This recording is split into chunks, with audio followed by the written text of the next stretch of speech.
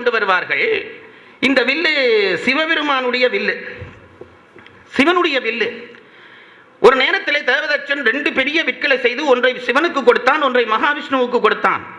சிவனுக்கு கொடுத்த வில்லைத்தான் முப்புறங்கள் இருக்கிற பொழுது அவர் பயன்படுத்தினார். அந்த வில்லு ஏதோ வழியிலே பரம்பரையாக ஜனகனிடம் வந்து சேர்ந்து அவன் அரண்மனையிலே இருந்தது.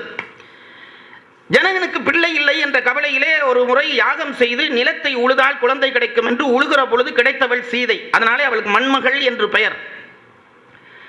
அப்படி கிடைத்த சீதையை தன் உயிராக நினைத்து ஜனகன் அரண்மனையிலே வளர்த்து வந்திருந்த பொழுது ஒரு நாள் அவள் பந்து விளையாடினால் இந்த பெரிய சிவதனுசுக்குள்ளே அந்த பந்து போய் மாட்டிட்டுது.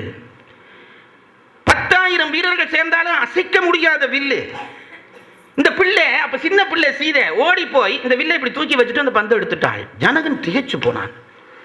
அப்ப முடிவு செய்தான், இந்த ஆற்றல் உள்ளவளாக இருக்கிறாள், இந்த வில்லை எவன் தூக்கி வளைச்சு நானேற்றுகிறானோ அவனுக்கு தான் இவளை கட்டி கொடுக்கறது. அன்றைக்கு முடிவு பண்ணிட்டான், தெரியாம முடிவு பண்ணிட்டான். அப்ப